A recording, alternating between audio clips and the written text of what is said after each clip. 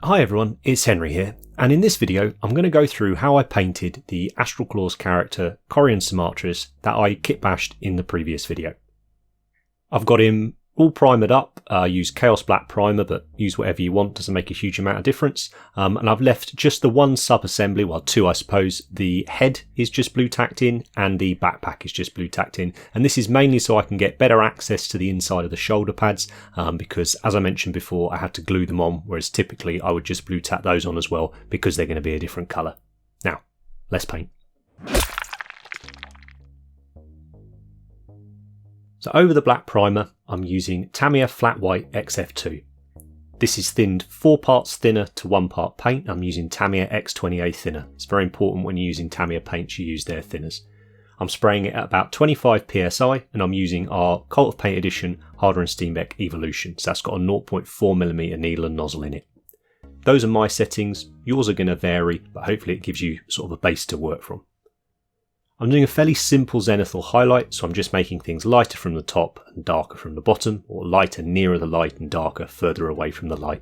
Because it's a nice dilute mix of paint, I can build these layers up so I create black, dark grey, medium grey, light grey through to white. It's a nice simple pre-shade, and obviously that's just for the parts that I want to do blue.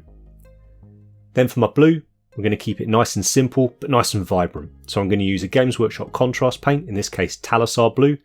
They work fantastically well over simple pre-shades because they're generally very saturated paints and they behave great in the airbrush. I've thinned it maybe 50-50 with thinner, but not a lot more than that. And I'm just aiming it at the highlights and the mid-tone. And then to give the shadows a little bit more colour, a little bit more interest, I'm using a much darker blue, equal sort of levels of saturation as you can see, and this is Vallejo Model Air Signal Blue. Now I'm off the Tamiya paints, I'm just using my normal life colour thinner. You use whatever you want.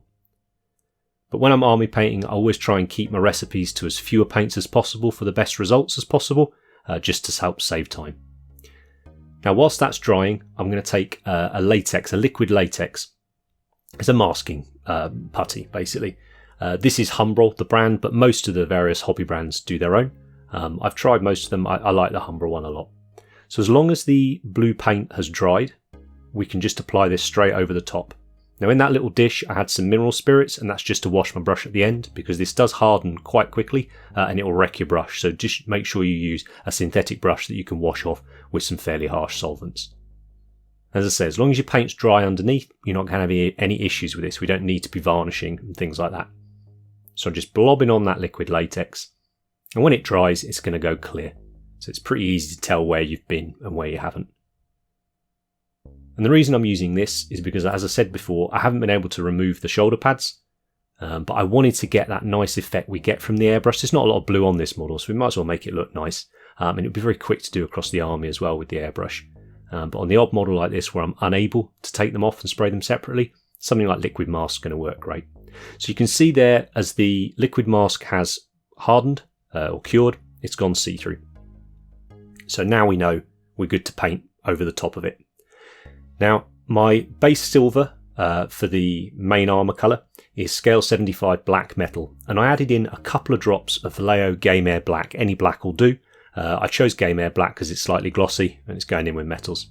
I did this because I want a fairly high level of contrast and I only want to use 2 silvers. So I want to make sure that my base silver is nice and dark. So ratio wise it's probably, I don't know, 5 silver to 1 black, something like that. But just make sure you write down whatever mixture you use. And then for the brighter silver, I've chosen Vallejo Metal Colour Series Duraluminium. It goes through the airbrush really, really well.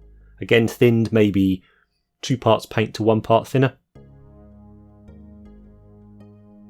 And I'm just aiming this much like I would do on a traditional pre-shade. I've picked a light source, made the areas nearer it brighter and further away darker. The last stage I'm going to do is a little bit of sort of edge highlighting, sort of battle damage, bit of both really in one. And I'm using a nice bright silver here. This is Vallejo Game Air Silver.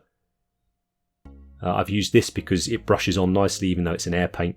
It goes nicely with the brush, whereas I find those Metal Colour Series paints, they're fantastic with the airbrush and they're good for filling in large areas with the hairy brush, but they are quite dilute, so they don't necessarily stay where you put them all the time.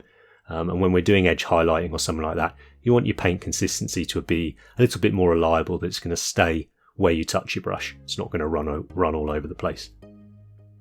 And the reason that I'm doing this now is I'm going to give the model an oil wash in a minute, and I want that to dull down and change the colour of all the silver. So I'll do the edge highlight before I do that. Now to remove the mask, I'm just using a bit of blue tack. I used to use cocktail stick, but one of our patrons suggested I try using blue tack. That way there was no real risk of damaging any of the paint. Works fantastically.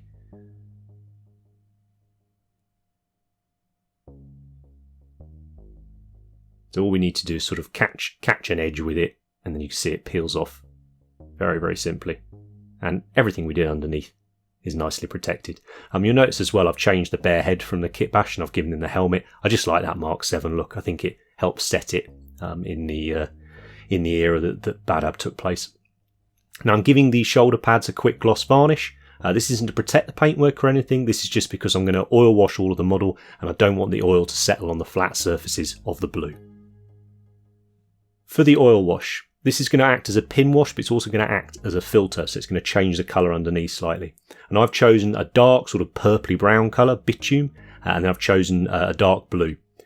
So this is because I want to keep that blue theme going across the model, and just tint that silver slightly. Now blue is very, very powerful, so we really don't need to add much at all. So you can see a tiny little drop there. And you watch as we mix it into our thinners, and I use my preferred one is Winsor Newton Sansador. It's an odourless mineral spirit, artist grade.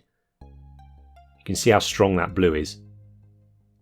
So we mix it round, check it on the side of our little dish.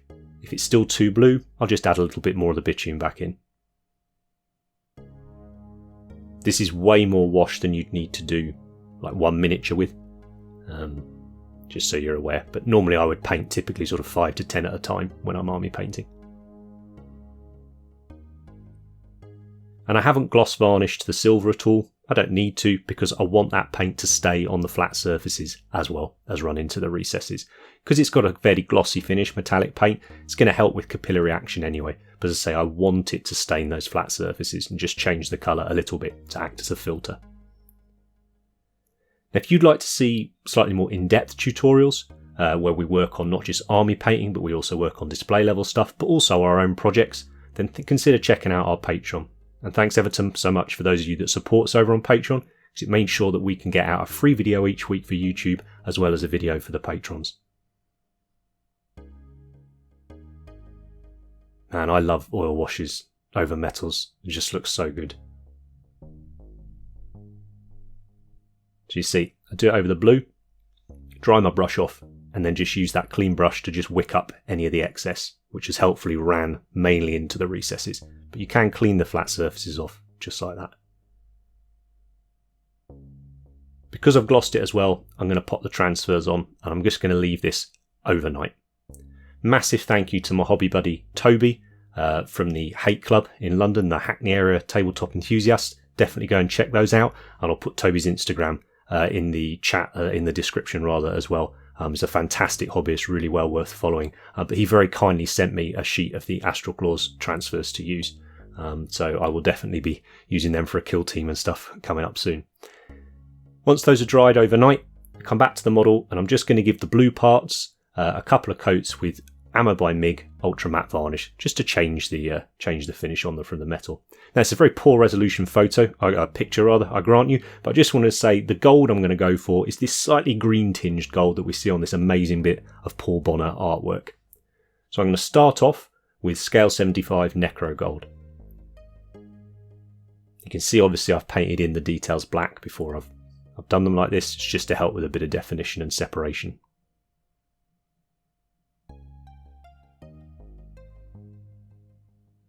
I think it's always challenging when we're painting a lot of metallics on a model. Filming it's quite tricky as well because of the light. But I think if you're not careful, the models can look a little bit hard to look at sometimes. So over the top of that gold, I've taken Agrax Earthshade and I've added just one drop of contrast paint Pterodon Turquoise into it.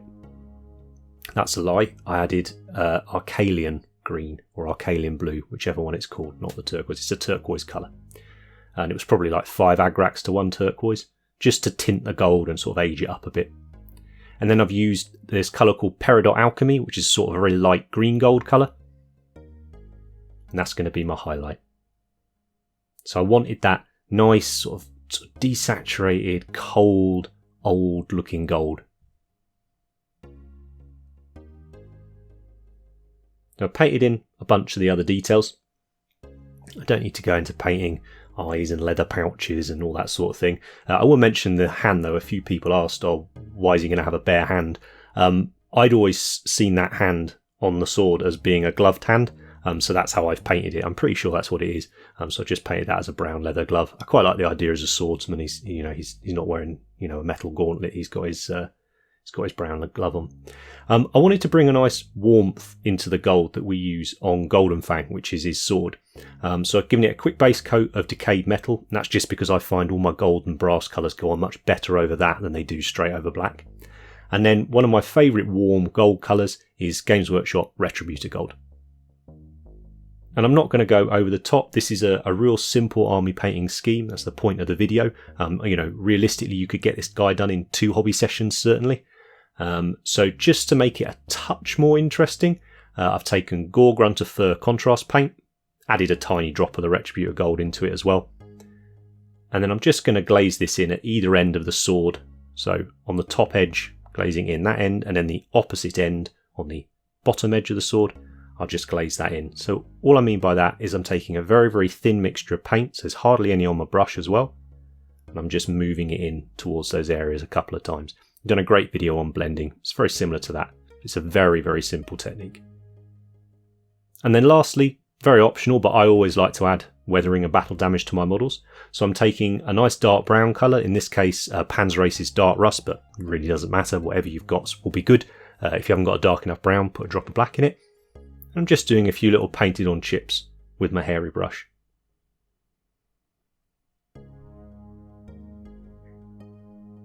Just focusing on all those edges that I think will take the most damage. And then very, very carefully with that bright silver paint again, Game Air Silver, just going to paint inside a couple of those brown chips to represent really fresh scratched metal. And this is great to use over our silver armour as well. So this time we're definitely doing it to represent chipping, not so much edge highlighting.